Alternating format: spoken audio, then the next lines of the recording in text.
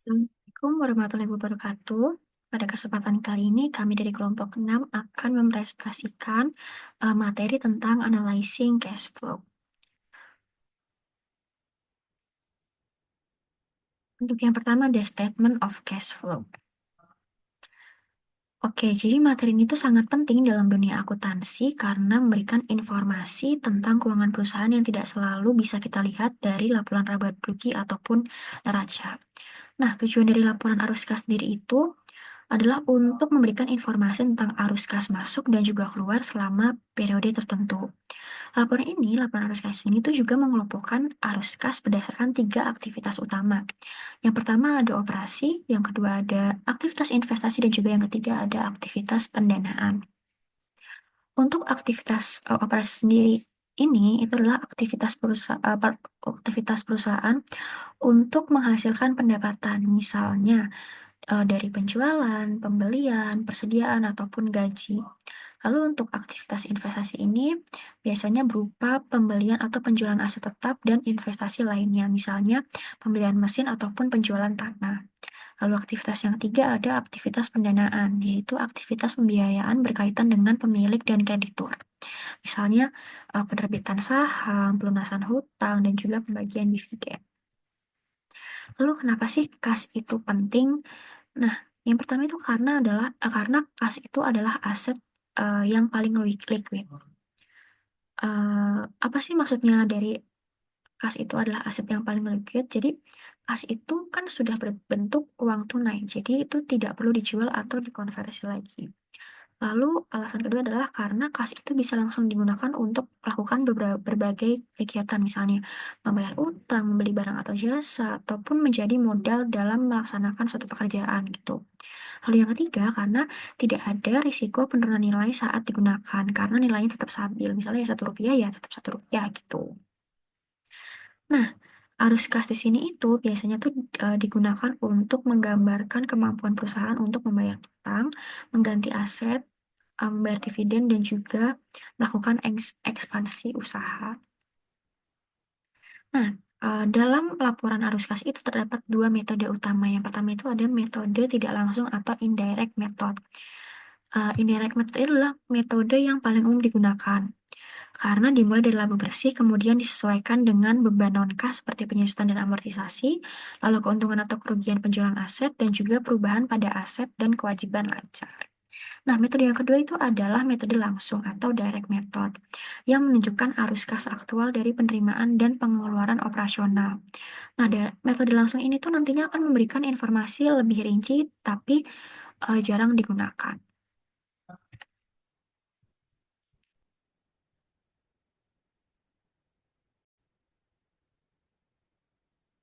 Baik, di sini saya akan menjelaskan mengenai spesial topik terkait dengan perlakuan khusus terhadap laporan arus kas dan juga waran.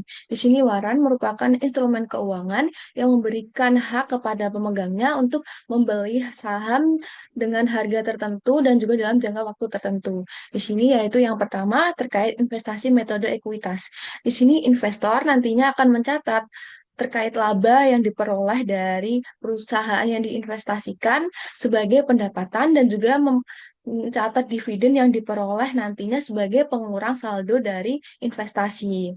Yang kedua yaitu terkait akuisisi perusahaan yang memiliki saham. Di sini yaitu saham, aset, dan kewajiban nantinya yang terkonsolidasi bertambah dengan akun ekuitas. Di sini hanya perubahan yang diakibatkan oleh transaksi tunai yang dilaporkan dalam laporan arus kas, yaitu nanti di bagian laporan operasional. Selanjutnya, nantinya yaitu di perubahan terhadap transaksi non-tunai pada akun laporan arus kas nantinya dicatat pada aktivitas investasi dan juga pendanaan non-tunai. Untuk yang selanjutnya, yaitu ada biaya pasca pensiun. Di sini yaitu kontribusi tunai untuk rencana pensiun nantinya dicatat sebagai pengurang kas dan juga peningkatan terhadap saldo investasi. Kelebihan atas biaya manfaat bersih kontribusi untuk rencana yang didanai yang dibayarkan langsung itu nantinya ditambahkan ke laba bersih dalam menghitung aktivitas arus kas bersih dari aktivitas operasi. Untuk yang Selanjutnya yaitu ada sekuritisasi piutang. Di sini sekuritisasi piutang sendiri yaitu menggunakan cara yaitu special purpose entities yang nantinya yang membelinya dengan hasil penjualan obligasi di pasar modal. Untuk perusahaan itu memperhitungkan pengurangan piutang nantinya sebagai peningkat arus kas dari operasi karena hal tersebut berkaitan dengan aset lancar karena piutang sendiri termasuk ke dalam golongan aset lancar. Untuk yang selanjutnya yaitu berkaitan dengan metode langsung. Ada dalam penyusunan laporan ANSKA sendiri yaitu ada dua metode yang bisa digunakan yaitu metode langsung dan juga metode tidak langsung. Dalam di sini yaitu metode yang sering digunakan ialah metode tidak langsung karena dianggap lebih gampang disajikan daripada metode langsung. Di sini metode langsung yaitu melaporkan penerimaan kas dan pengeluaran dengan basis akrual ke basis kas karena di metode langsung ini basisnya adalah kas. Untuk metode langsung dilaporkan jumlah total arus kas masuk dan juga keluar perusahaan dari aktivitas operasi. Jadi di metode langsung ini sendiri yaitu lebih berfokus pada penerimaan dan juga pengeluaran kas karena disajikan secara lebih rinci dan juga lebih detail. Nah, selanjutnya yaitu ada konversi dari metode tidak langsung dan juga metode langsung.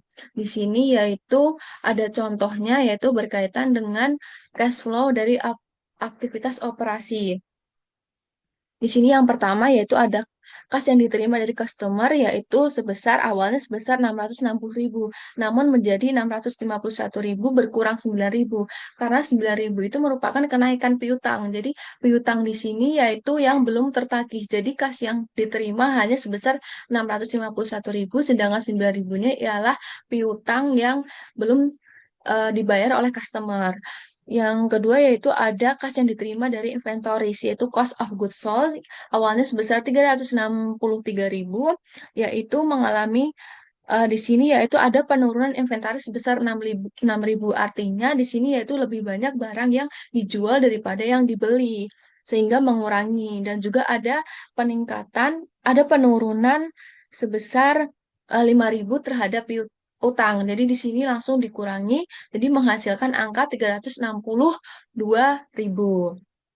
Untuk yang terakhir yaitu ada kas dari operasi dari beban operasi di sini yaitu awalnya yaitu sebesar 218.000 dikurangi dengan berbagai beban seperti amortisasi dan juga depresiasi 35.000 dari prepaid expense sebesar 3.000 dan juga ada pengurangan dari accrued expense sebesar 4.000 sehingga menghasilkan angka 176.000. Jadi di total dari semua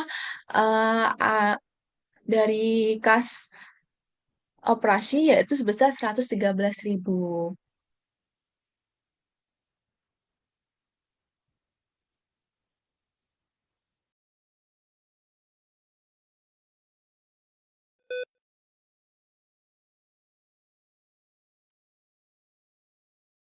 Oke, oke, selanjutnya adalah materi mengenai analisis implikasi dari cash flow. Yang dimana pertama ini adalah keterbatasan dalam pelaporan. Tidak ada pengungkapan terpisah untuk arus kas dari item luar biasa atau operasi yang dihentikan. Kemudian, bunga dan dividen yang diterima itu serta bunga yang dibayarkan diklasifikasikan sebagai arus kas operasi. Meskipun banyak analisis menganggapnya lebih tepat diklasifikasikan sebagai arus investasi, dividen atau bunga diterima atau pendanaan, yaitu bunga dibayar. Kemudian, pajak penghasilan dimasukkan ke dalam arus kas operasi yang bisa mengaburkan pemahaman mengenai dampak masing-masing aktivitas, baik itu operasi, investasi, dan pendanaan. Kemudian, keuntungan atau kerugian penjualan aset yang dikeluarkan dari aktivitas operasi hanya dalam jumlah sebelum pajak, sementara beban pajaknya tetap dalam operasi menyebabkan distorsi dalam analisis. Kemudian yang kedua, wawasan tambahan dari cash flow dari aktivitas operasi. Nah, pada aktivitas ini itu memberikan pandangan lebih luas tentang aktivitas operasional dibanding laba bersih, karena mencakup perubahan pada aset dan liabilitas lancar, misalnya perubahan, penambahan atau pengurangan dari piutang, ataupun dari utang usaha. Kemudian, fokus pada likuiditas, bukan profitabilitas. Karena pada arus kas operasi ini itu tidak mencakup biaya non-kas seperti depresiasi atau pendapatan non-kas seperti laba entitas. Kemudian yang terakhir, Ini penting untuk menganalisis komponen-komponen arus kas operasi, tapi bukan secara langsung totalnya gitu. Jadi perlu dianalisis secara detailnya. Kemudian yang ketiga, kualitas laba dan hubungan dengan arus kas. Nah, akuntansi akuntansi akrual itu kan mengandung unsur subjektivitas seperti estimasi, alokasi, dan penilaian. Kemudian perbandingan arus kas terhadap laba bersih itu digunakan untuk menilai kualitas laba. Bisa dengan melakukan yang di bawahnya ini ada rasio CFO atau dibagi dengan net income yang tinggi menunjukkan laba yang lebih berkualitas didukung oleh kas nyata.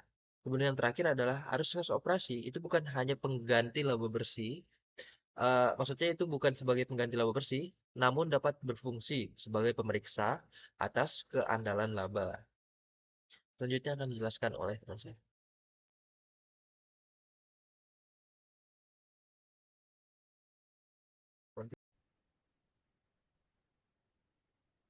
Oke, jadi subbab selanjutnya adalah mengenai analisis arus kas. Nah, analisis arus kas adalah proses evaluasi aliran kas masuk dan keluar dari suatu perusahaan untuk menilai kinerja keuangan dan kemampuannya dalam memenuhi kewajiban finansial serta mendanai aktivitas operasional dan investasi. Arus kas menunjukkan sejauh mana perusahaan dapat menghasilkan kas dari aktivitas operasionalnya.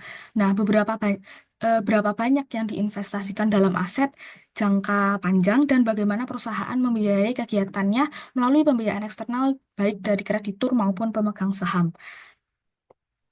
Analisis arus kas ini sangat penting karena memberikan gambaran yang lebih akurat mengenai kesehatan keuangan perusahaan daripada mengandalkan laporan laba rugi.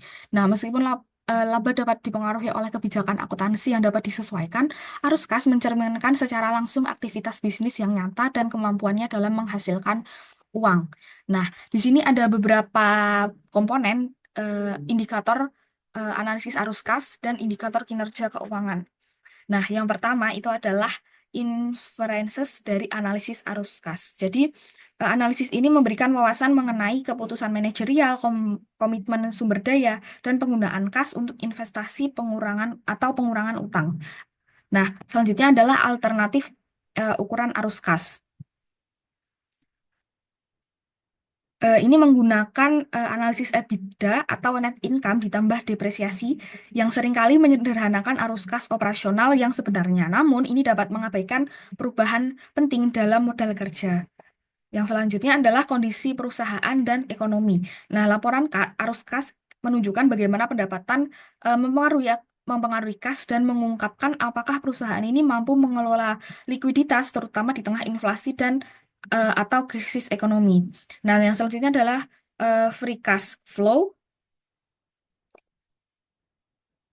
Jadi, free cash flow atau FCF adalah kas yang tersedia untuk kegiatan bisnis setelah pengeluaran untuk menjaga kapasitas produktif dan pembiayaan dividen. FCF yang positif menunjukkan fleksibilitas keuangan untuk pertumbuhan dan ekspansi. Lalu yang selanjutnya adalah arus kas sebagai validator. Jadi, laporan arus kas juga berfungsi untuk memvalidasi hasil operasional dan memberikan wawasan mengenai kebijakan dividen di masa depan serta ketergantungan perusahaan pada pembiayaan eksternal. Nah, yang terakhir adalah cash flow adequacy ratio. Jadi sebenarnya ini tuh rasio arus kas khusus. Jadi rasio ini mengukur kemampuan perusahaan untuk menghasilkan cukup kas dari operasi untuk menutupi pengeluaran modal investasi dalam persediaan dan pembayaran dividen. Rasio ini memberikan gambaran mengenai keberlangsungan dan kesehatan finansial perusahaan dalam jangka panjang. Nah, secara keseluruhan, analisis arus kas ini memberikan gambaran menyeluruh mengenai bagaimana perusahaan mengelola likuiditasnya, lalu keputusan strateginya, dan kemampuannya untuk menghadapi tantangan ekonomi. Nah, selanjutnya akan dilanjutkan oleh teman saya.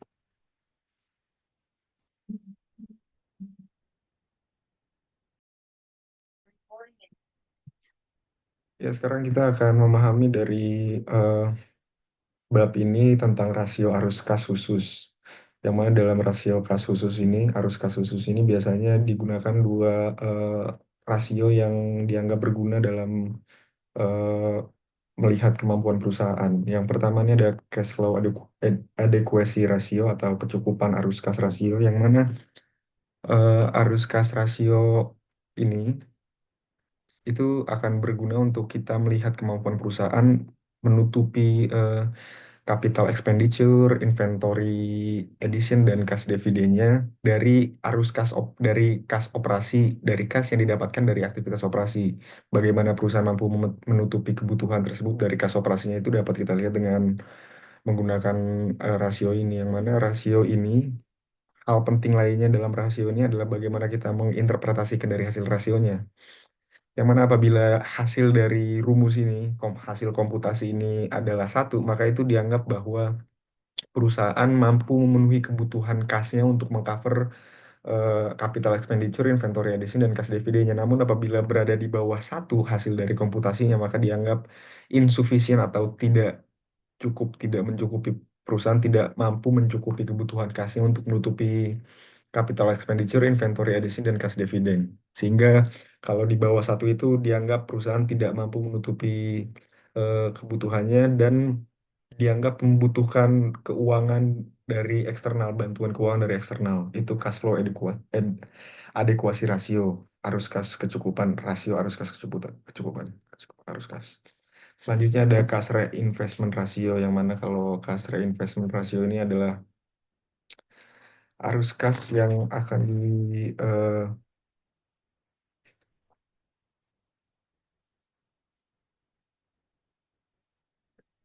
yang mana nih yang mana cash reinvestment ratio ini adalah merupakan present- presentasi dari investasi aset yang direpresentasikan dengan menggunakan arus kas operasi dari arus kas operasi yang dipertahankan dan diinvestasikan kembali. Begitu pula dengan modal yang akan dijadikan sebagai variabel untuk melihat apakah modal tersebut dipertahankan atau pertumbuhannya juga dilihat di sini. Yang mana kalau tadi di rasio sebelumnya itu menginterpretasikannya itu kalau cukup itu satu, memuaskan satu. Kalau ini apabila menghasilkan presentasi 7% sampai 11% itu sudah dianggap memuaskan. Terima kasih.